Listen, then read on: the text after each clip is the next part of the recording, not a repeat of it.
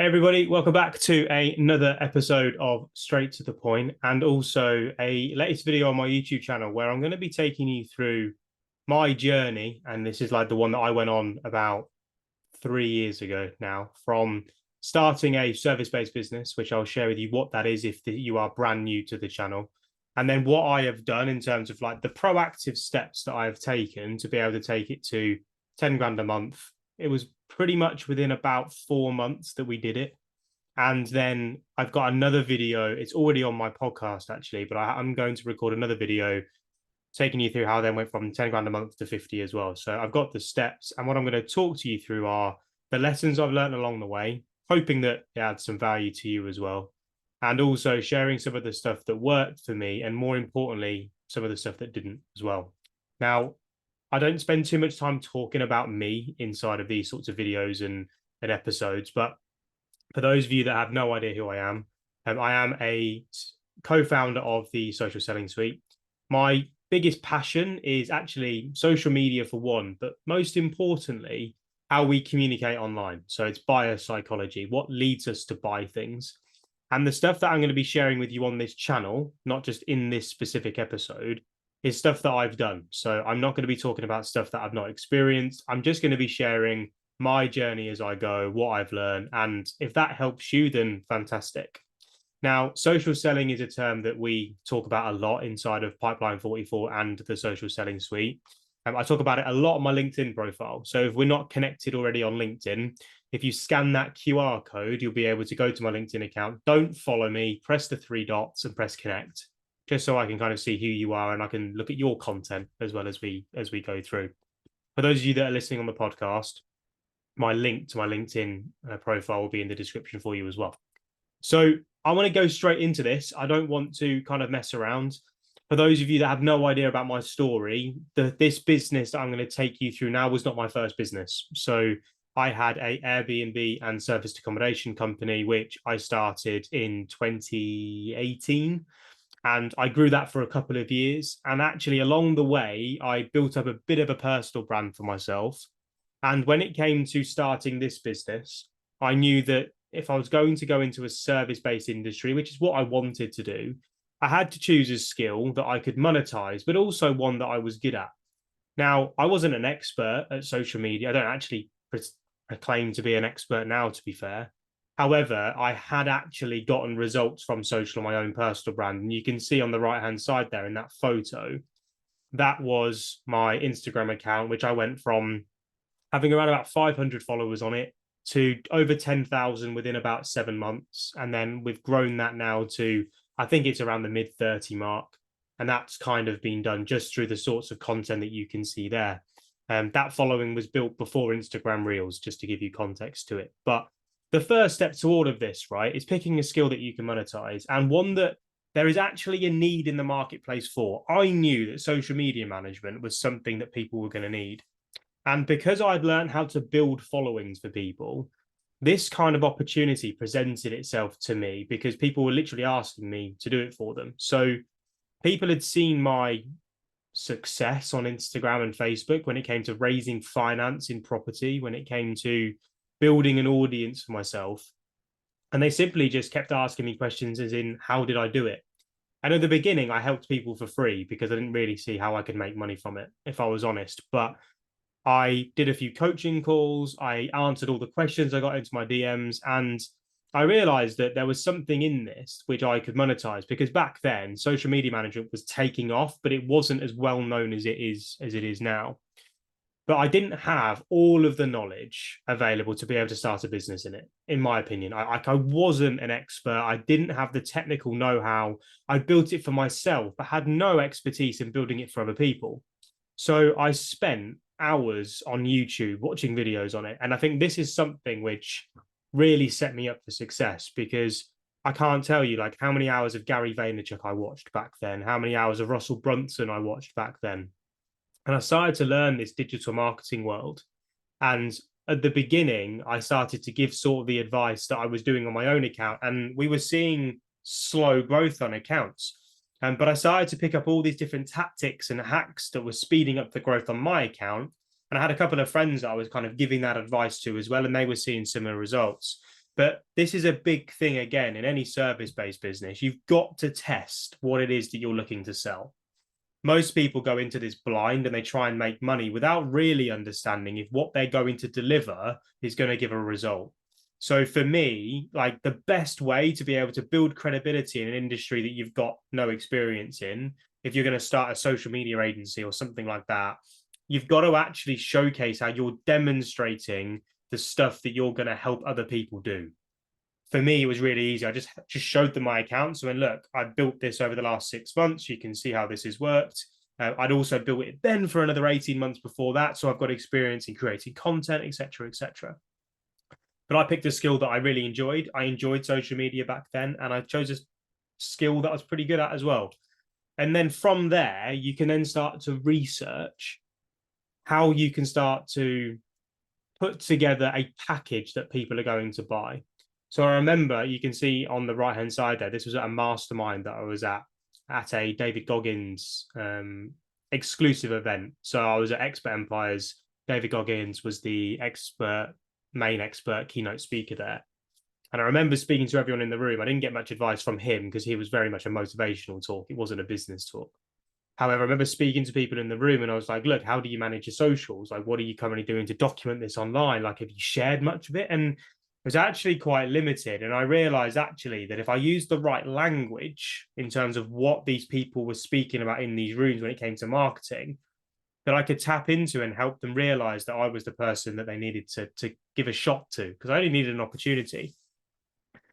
But I realized having those conversations that there was one offer that I could put out there, which I definitely believed I could deliver. I'd done it for myself and I'd done it for one other person for free at the time. So I could see kind of how the business opportunity was there, and I could see how this offer would be something that I could meet as well. But this one of social media follower growth, so I could grow someone's account with their target market and also create content for them. Now, the biggest thing with this is obviously you can see how that's just a generic social media package. Anyone can offer that. So if I was going to take that to the marketplace, I wasn't really going to get much attention because there was so many more people out there that were saying the exact same thing. So what I had to do was frame it in a way that would get people to easily understand what outcome they could expect, right? So what was the outcome they could expect if they spent money with me? And this was how I did it, because it's really important, especially when you're starting out with pretty much no experience and no customers, that you've got to de-risk it from the customer's side. So you've got to take on a bit of risk. And so what I did was like, look, I will grow your accounts for you, Instagram and LinkedIn. I will grow those specific accounts for you. It's £500 a month. And what I will do is I will guarantee you 500 targeted followers and 3 pieces of content a week. So for that £500 a month, that's what you get. Or I wouldn't get paid. Now, this is a big thing here, this whole thing of not getting paid. So I didn't at the beginning, and you don't need to do this actually if you're starting a business now, but this is what I did. I thought, you know what? Who am I to charge any money at the front? Because I've not proven anything. And that's actually not what I teach now, but it's what I did. So I de-risked it all. And I said, look, let me prove to you that I can do this. And then at the end of the month, that's when you paid me. And I was working with people that I knew and I was friends with. And so I did the silly thing. I didn't have a contract. However, everyone that I worked with at the beginning did pay me because they were some people that I knew anyway. But I completely de-risked it. They didn't have to pay me unless I'd met the objective. And so all they had to think about was, well, is the £500 a month worth the content and worth the followers? Can I do something with it? If the answer is yes, they would go with me. What I then did, and I'll talk about this a little bit later on as well, is that I added a downsell of one-to-one Zoom training, which actually came as a bit of a surprise for me that people would want that. However, I was given free advice beforehand, right, on Zoom calls. I just put a price on it and people did go on to buy it. But I'll talk about that a little bit later on. But the big thing really here when you're creating an offer is matching an audience to something that they need right now and then remove all of the risk. If you want to grow quickly, you've got to be able to back yourself. And for me, if you can deliver on a result, there's no risk because I can deliver it. It's not a problem. But if I couldn't hit 500 followers, then I shouldn't be guaranteeing it in the first place, right? So I need to reduce the expectation down to then get paid. This was how I ended up getting clients really, really quickly and how we got to this 10K a month figure. quicker than a lot of people. Now, once I had that offer in place, I knew it was just about getting as many people that I know to know that I'm doing this and then asking them point blank for an opportunity to prove myself. So that's exactly what I did. I got my phone, I went onto my Instagram account, I said that I launched this and this is what I was going to do. I then messaged all the people that I knew that had a business. And again, like I said before, I removed all of the risks to them and almost presented them with an offer which made them feel it's stupid if they said no. Now, I know that can sound a bit silly, but it is one of the biggest tactics when it comes to sales is if you can get the person on the phone to sit there and go, I have no reason to say no to this. All you've then got to do is ask the closing question, present the next steps, and you move forward. And in total, I asked 30 companies initially. And the first 5 spots, I had verbal confirmations from people within the first 2 weeks. Now, I could have easily taken all of those businesses on straight away, but I made the conscious decision not to. So I had a verbal confirmation commitment of £500 a month, and that would give me, if I'd meet my targets, 2.5K per month, that should say on that slide. I then took one on. So I took the first customer on, and then I phased the other 4 throughout the month and made sure that I could manage the workload, meet the objectives. Because if I got to 3 customers and I ended up drowning, I didn't want to take on another 2 because I knew my process wasn't right. So again, I tested, took one on, tested, took another on, tested, took another on. And it meant then that I had 5 customers that are just ticking over. They would all pay me at different points of the month, depending on when I met the objective. However, it meant that I could manage my workload. But that warm outreach, if you would like the message that I sent, because I've not actually put it in the slides here, because I'll be honest, I've totally forgot. But if you drop me a message on LinkedIn, so come and connect with me on LinkedIn, and drop me a message saying warm outreach script, I will then send you the script that I use. It's like a little template that I use to be able to go out to people that I know. But this is obviously warm. This isn't cold traffic. This is warm. Cold traffic I will talk about. But that was point number 3. To be able to get business, I had to go out there and I just had to let people know what my offer was. I had to then make sure that it was a no-brainer, because if it wasn't, let's say I put this warm outreach out and nobody bought, I've had to change the offer, right? That's all I've got to do. Change the offer, make sure I really research to see what the need is and what language people are using, utilize LinkedIn, Instagram to do the research on how to do that. And then from there, boom, we'll then get our first client through. The big thing that I learned along the way here, and this is really important, is service levels. So as you take on people at the beginning, I was working all hours of the day to be able to deliver this. And I had to take a step back. This is where my mentor, Nick, first really started to grill me. Like, I'd proved that we could get clients in this business, but this is where he came to me and he went, look, Chris, like, if you want to scale this properly, you've got to understand your capacity. You've got to understand how much you can deliver on your own, at what point you need to recruit. And that was where you can see on the right-hand side there a more slimmer version of myself, and younger, to be fair. I sat down planning in terms of how many clients I could take on, how much time each client would take to do. And the easy way to be able to do this, if you're in this position, is by timing everything. So I wrote down every task that I ever did.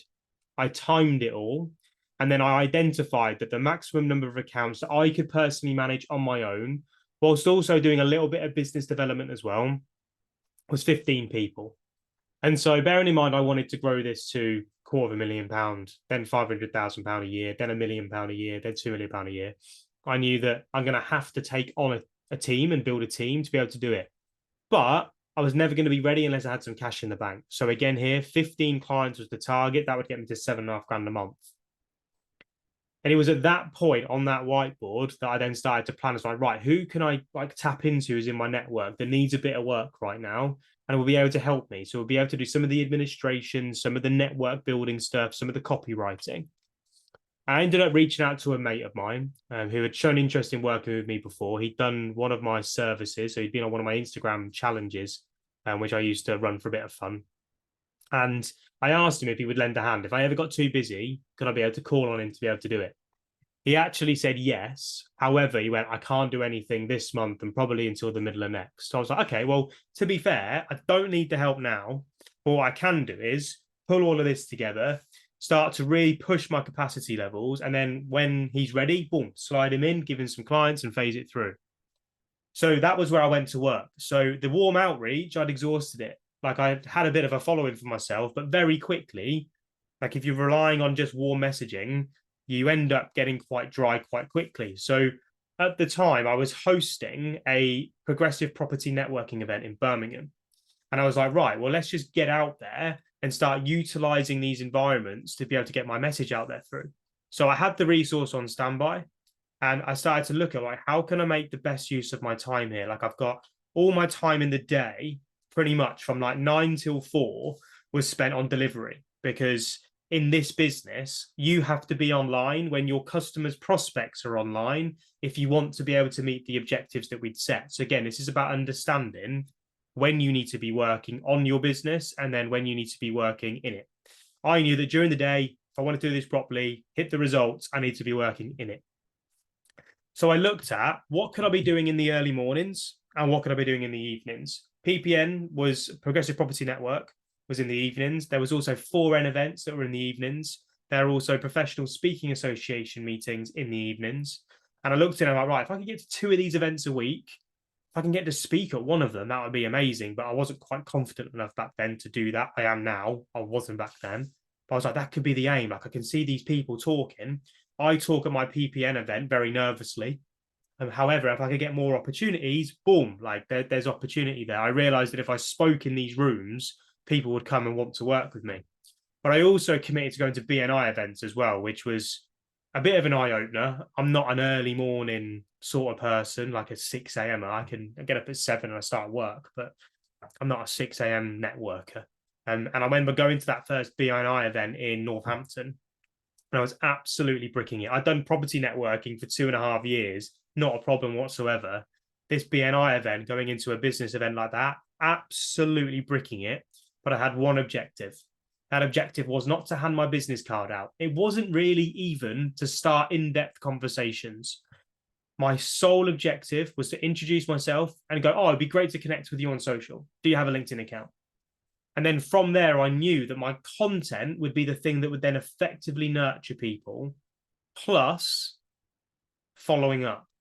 So this always amazes me in terms of when I speak with businesses. So I have an academy that I founded with Nick Jones and Sam Raffling, and we've got over 250 people in it, I think now. Don't quote me on that number. I think it's probably a bit higher than that now. But some of the conversations that we have is based around, look, you've had someone download a lead magnet, you've met someone at an event, you've had someone showcase interest, you followed up with them to ask. And this was the thing that I did really well at the beginning. And actually, to be fair, over the last couple of months, I've not done very well whatsoever, but I've just began. And literally, I did this 2 days ago. So I'm recording this on Saturday morning. I'm hoping to edit it and get it live quick. But I remember doing this on Thursday afternoon after my workshop. I remember just messaging everyone that had showcased. So we have Calendly that we use, and everyone had booked in calls, 150 calls over the last quarter. And I was like, well, these people that haven't bought, let's drop them a message and say, look, we've got a special offer on. Do you want to come in? We had 4 customers, boom, sign up like that. Extra £1,000 a month just from a few messages being copy and pasted. Following up to see whether people are still interested, and now is a better time. Like, come on, people. Like, this stuff isn't difficult. You've got to do the basics well. And after these events, what I did was I didn't just send written messages. You can see me here. This was actually taken on the day where I was doing it. On Instagram, I was voice noting people. So all my latest new followers, I was voice noting, saying, look, really, really great to connect with you last night. Out of interest, I can see that you're active on here, but you've not posted in a couple of days. Like, how are you managing your social media content at the moment? Making it very, very like direct around the topics that I was interested in. And the majority that I spoke to be fair, couldn't afford £500 a month for outsourced social. However, they were keen to be able to like jump on a Zoom with me and just get some feedback in terms of some ideas, like looking at their profiles, what they could change, and how they could start to get to the point from a revenue point of view where they could then outsource it, because they didn't really love social at all. And without those voice notes, I would never have been able to identify if that was even something that people needed. I was doing free sessions, right? But I didn't clock to think I could charge for an hour's session just talking to them about a content strategy adapting their profile and just showing them some of the stuff that I was doing. That was my first kind of like insights into training. And off the back of that mass messaging as well as that feedback, I did manage to get 3 new clients off it. So it wasn't immediately. They took a little bit of nurturing, a couple of weeks of back and forths. But that meant that I got just from going to one of them was from the BNI event, one of them was from a progressive property networking event, and one was from just a random message, to be fair, off Instagram from someone that I'd met a few months ago. But it's £1,500 a month as long as I hit my objectives. Remember, like this was again still no risk in terms of from their side. That was why we signed people so quickly. But £500 a month, as long as I hit my objectives, bada bing, bada boom, we move forward. But like I said, this was like the first introduction to training and what I utilized one-to-one training sessions for, which was a downsell. So lots of people put one-to-ones as a high ticket product. I didn't at the beginning. I do have like that sort of offering now, but at the beginning I didn't, because for me it was about getting the customer, one, to know me more, trust me more, and feel like I could actually help them. That was a big thing. But it was also about getting them the results so they would then outsource to me. So this was a one-to-one session that I did with a gentleman called Paul Duval, and then you can see here Wendy, that I've taken the photo with. But we had a one-to-one session. We did them in person. This was in Bristol. And at this point, I was halfway through, it's probably towards the end of month 2, to be fair, actually, when this was done. But I realized that from all those people that I'd spoken with, because I hadn't formally offered the one-to-one call at that point, I was leaving lots of money on the table. And so I looked at where I was at. I, at this point, had 10 agency clients, all that were paying £500 a month as long as I hit that objective. But I also started to then reach back out to all the people that said they didn't have the funds and say, look, I've got a one-to-one Zoom hour that we could do for £250. Amazingly, which was madness, 7 people took me up on that offer.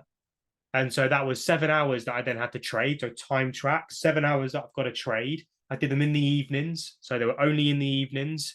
And from there, I would be able to like acquire more revenue coming in. And at the end of that second month, it was banked. This was like cash in. So money net, like into the bank account was £6,750 at the end of month 2. And it was at this point, I had obviously 10 agency clients, one-to-one work coming in. I was getting tired because I was networking. This was literally where like I was, people would say burnout, right? I didn't feel like I was. I didn't feel like I would get that. I had the mentality of like, I don't mean to insult anyone here, but I had the mentality of burnouts for wimps, right? That was my mentality back then. And I know that's not how it is now. This was obviously a while ago. But I got to be honest with you, that's what I thought. But I started to like get quite tired. I started to make mistakes. And I'm sure probably if you were watching this, you were like, this just sounds all too good to be true. Out of nowhere, I remember it. It was on a Sunday evening and I was just finishing. I can't remember what film I was watching. I was in the cinema and I got a message pop up from a client. And it was like, we need to have a chat. I've just sent you an email. And it was my first ever complaint. And some of the content that I'd created, like, I just didn't do very well. Like, it had a few spelling mistakes in there. You could tell it was rushed. And it was a real reality check for me because I'd never had any negative feedback at that point. I'd had negative feedback in my previous business. But, like, even when I receive negative feedback now, that still affects me. Like, it still gets to me because I'm not perfect, like, whatsoever. But I had to really focus in on, right, okay, well, rather than using this negatively to hurt myself, how can I take it constructively? But I started to then judge myself in terms of like, am I actually right in doing this? Imposter syndrome hit. I then had a very nervy few sales calls with people as my confidence was knocked. Now I was surrounded by at the time, I had a business partner and mentor called Nick, who I mentioned already in this, that helped me kind of like adjusted my mindset, gave me a bit of a slap and got me back on the right line. And like it reminded me, I guess he reminded me specifically, and it was a lady called Jo that was helping me at the time as well. And they both reminded me actually that what I was doing was good and I could help people. And if you just take a look back of all the objectives that we'd hit, all the positive feedback that we've got, you should actually start to focus in on, at the end of the day, if you're going to help this many people, some people are going to be a little bit unhappy with certain things. It's just part of the journey. And I still am not perfect at this now. I still struggle with it, even with the business, with the way, like the size that it is. We have more customers than ever. That means we're going to get more complaints. Like it just is what it is. But for me, because I'm so personally attached to my company, that like I really struggle to not take negativity personally. But it's again something that I hit me there, but it's also hit me now as well. Like I still do struggle with it. But I guess my message at this point is the fact that if you get to this point where you get into self-destruct mode, or you start to feel a bit like an imposter, or that you don't really belong doing what you're doing, just realize that it happens to everyone and anyone, no matter what size of company you're running, no matter what position you're in. And if it hasn't hit you, expect it to, because typically it hits everyone at any point. Like this negative bit of feedback was the day after this event here. So again, this was at Expert Empires. I was speaking in front of 500 people. Adrenaline was high, doing amazingly well. Next day, cinema, watch a film, complain, back to ground zero. It's like a reality check, son. Like, what are you doing? And it's a big point. But I got back on my horse and I was like, look, I'm doing all right here. I just need to apologize, make sure it doesn't happen again. And I thought, do you know what, here, like to compensate, this was literally in my head, to compensate, like let's put something out for free that's going to blow people's minds. And this came off the back of another Gary Vaynerchuk video. I should probably like maybe link these in the description if I can find them in the time that I've got today. We're doing some baking today, to be fair, doing some baking and some cooking. So I ain't got long. My partner's downstairs. Zoe's cooking and getting everything sorted. But I got to get down there, so right. So I got to get a move on. But yeah, with these lead magnets here, I started to research and started to look at kind of what I could do. One, to like start making people like again see how good I was. This was about brand building, but it was also about collecting data. I remember watching a Russell Brunson video, and it was like, "Powers in your email list, right? Like email list is everything. Build it, build it, build it." But I didn't really know of its importance back then. I didn't really utilize email marketing at all at this point. It was just like go out, meet people, get a deal, move on. Like that was how it was done. But I learned really, really quickly that if I could create something that other people were charging for and give it away for free, I could actually utilize the data to promote en masse my no-brainer, no-risk offer to get even more clients. And what I did was I looked at my audiences. So I worked with a multitude of different businesses at that point. There was 10 of them that were there. And I was like, right, you're in this industry, you're in that industry, you're in property, you're in recruitment. Okay, cool. Like, what do you all need? What are you struggling with? And I realized that actually content ideas was something that people always asked me for. They were like, oh, I'm struggling to what to post for content. I don't know what to say. So I created a guide that people could download for free in exchange for their email address. If you want this guide, by the way, it's linked in the description for you. But yeah, literally I created that 100 content ideas guide. And then it literally took me about 10 minutes to do. Didn't take long. But I put it out there and we had like 500 downloads within like a week. And then that's gone on to be downloaded, I think, 13,000 times now. I've not even put ads behind it. It just organically sits on my profiles, gets downloaded. But it's because people want that. People like 100 content ideas. That's amazing. Where do I get that? And then they'll happily give an email address for it. So crucial to remember that if your lead magnets aren't being downloaded, the things that you're giving away for free in exchange for an email address, they're not being downloaded. They're not good enough. You need to change the hook. You need to change how you're presenting them to the marketplace. And then with that, your downloads will come. Now, lead magnets are great, right? Build up your email list. But at some point when you want to grow, bearing in mind, again, I had 10 clients at this point. I was doing some one-to-one calls. You have to go cold. Like you have to start proactively reaching out to people. And I used to do it because I was scared of cold calling back then. I'm absolutely terrified of cold calling now. You'll never catch me doing cold calling. I hate it. However, there's some people that love it and it works. So for me, I was doing voice notes, but you can see me there. This was in a hotel in Barcelona. And I was basically just copy and pasting messages out to people. Right? This is how I worked it. Now, this I didn't really believe would work at the time. One of my friends spoke to me about this, who also had an agency. He went, look, just try emailing and also try LinkedIn messaging. So I know how much people hate receiving messages on these social platforms. But it worked so well for me with the way that I did it. And it's because I led with value. So this was the sort of message. It's not, don't quote me on it because I tried to scroll back, but there's that many messages. It was like impossible to find. I will try and find it for you. But this was kind of the vibe.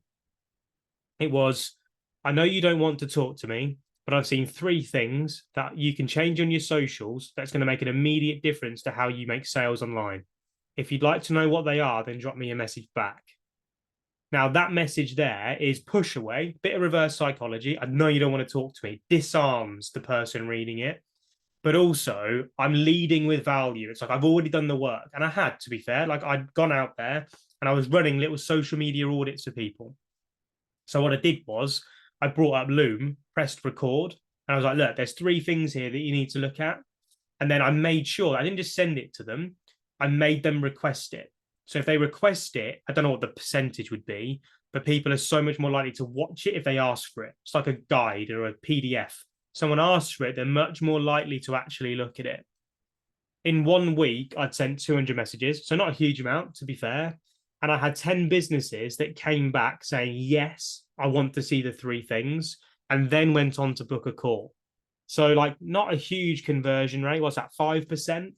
And now that ended up being a bit more than that, to be fair. But just to be like really real with you, like within that week, I had 10 strategy calls booked in. And then from there, because again, the offer was a no brainer, no risk, I had 4 clients that signed straight away. Like that. Yeah, we'll start tomorrow, start next week, cool, start in 2 weeks. And I knew I just got to keep meeting my objective. But at that point, I was like, I've got a lot of work to do here. Like I had 10, that led me to 14. And again, like with that sort of growth as one person, you're always going to come across issues. And this was where retention hit me because obviously I didn't have a contract in place with these sorts of things when you're beginning. I don't think contracts are smart, especially if you can't meet the objective. If I had an unhappy customer, I don't want to have difficult conversations with them. Like just leave. Now, when you get good at what you do and you have to allocate resources, that's when you have to look at contracts. But to begin with, get some business through the door, start making some money. But because I'd grown a bit too quickly and taken too much on, this is where I started to learn the harsh world of service-based businesses. At the beginning of that, this is like actually towards the middle of the 3rd month, I lost my first client. First client terminated. So look, it's not that I'm unhappy with the service. I'm trying to think of the words they use. Not that I'm unhappy with the service. It's more the fact that I want to get my person internally to start doing the work because I'm already paying her. That was then closely followed by my second. And that meant that I was at a position where I was like, well, I just been signed 2 clients, just lost 2. I'm like, what am I doing here? But again, the annoying thing was it wasn't down to how bad my service was, which is what I thought it was going to be. They just weren't in a position to do anything with the leads, that second client. That was it. It's like, look, you've given us new followers, but we don't know what to do with them. I'm not going to call them. I'm not going to message them. This was just like a tick box exercise for them. I was like, well, that's fair enough. And one regret that I had was that I didn't actually then have a conversation with them to actually say it's probably worth that you look at this because you might want to do some more brand building stuff and still continue your exposure because you know what? There will be a time where you need to generate some business. And if you don't do this stuff, you're going to fall on your face. And instead of doing that, I accepted. I was just like, okay, cool, whatever. And I just thought, I just need to double down on the 12 customers that I've got.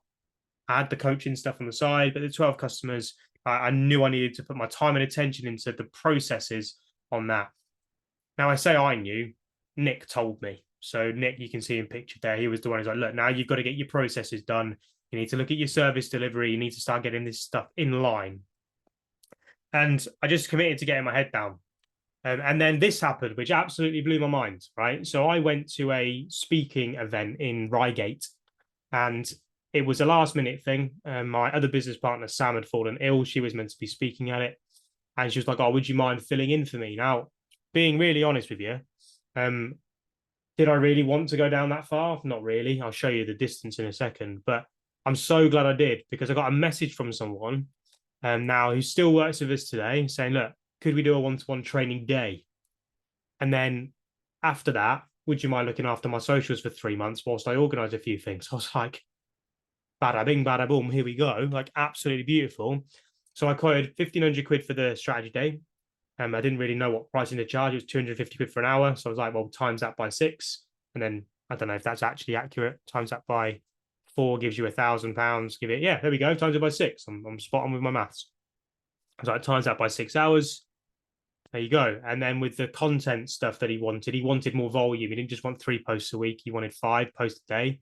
And so I went to £1,000 a month for that in the network growth. Now, him on top of the 12 customers took me over, if you do the maths properly, took me over that 10K month. Now, that was something I was so proud of. And you can see with this journey, there was a few ups and downs, but it wasn't actually that hard. There were a few things that I'll summarize at the end that made the difference. But I had a bit of luck by putting myself in the right places at the right time. But those networking events were absolutely crazy for me. And I think this is the point at which I sat down. I didn't have the image of the map on there, but bearing in mind that networking event where I met Ben, I drove from Leeds. So Leeds to Reigate was 4 hours there, 4 hours back to do an hour and a half talk. However, we generated 16 grand of sales from that event. And I didn't even sell in the room. It's all done in the follow-up. But this was where then I had to start to build the team up. So you can see Phil there. Phil was the guy that we ended up doing some work together. And from that, we ended up delivering like the majority of the management. He delivered 75% of it. I delivered 25% of it. Our growth numbers did drop slightly, to be fair, as we transitioned, but we did then get better. But it meant that I suddenly had 75% of my time back to work on the processes and focus even more on the business development stuff. I definitely didn't do everything right. And if I'm honest, like I was very surprised with how things got moving. But there were some key things here to summarize this training for you that made the biggest difference for me. Number one, and I think this is an absolute like obvious one, if you've been following me throughout all of this, the offer that I created was the reason I was able to grow so quick. I accidentally landed on what people wanted and needed right from the beginning, and it was no risk. It was obvious they were going to do it. I then had to back myself to fulfill the expectation that I set. I also had a very much of a go-getter mindset. So I was very proactive. I did put myself out of my comfort zone and go to these events and meeting people. I did actually ask in my warm outreach, do you want to do some business with me? Here's my new offer. I was very direct. I was selling. Like I had that mindset. I realized, especially with my cold outreach, I was going to get a load of people saying no. And I actually started to enjoy that. And that's a thing when you're actually looking to develop and grow your company. You've got to embrace rejection, as strange as that sounds, but you've got to. Like, it's a big thing. And if you learn to love that, you'll find ways to be able to get the yeses. And in conjunction with that, to be fair, kind of links in the importance of constantly changing your message. So not just changing it aimlessly, but changing it with your target market's feelings. So depending on the time of the month, time of the year, sorry, depending on the financial climate of what's going on, you've got to adapt your messaging so it speaks to the tone and uses the language that your audiences are using. If I decided to talk about AI 10 years ago, none of you would actually really understand what it is or how it impacts your marketing. Let's talk about ChatGPT now. You know exactly what it is. But that messaging has changed over the time frame. And if you're not adapting with it, you'll fall behind. This whole journey was up and down. I spoke to you a little bit about the mindset issues that I had. I still have them today, but the lessons that I learned along that journey were mad. And I thought this kind of video would give you some insights into what I was thinking then. It's not quite a step-by-step roadmap, this video. It was never meant to be. It's more just sharing what I did to get to where I've got to. The coming months after that, did I drop down beneath 10 grand a month again? The next month I did. I lost another couple of clients. But then we started to focus in on really nailing down that agency service, and it's never looked back since. From 10 to 20 to 30 to 40 to 50, it's grown because we have retained clients. And that is the biggest thing in this service-based industry.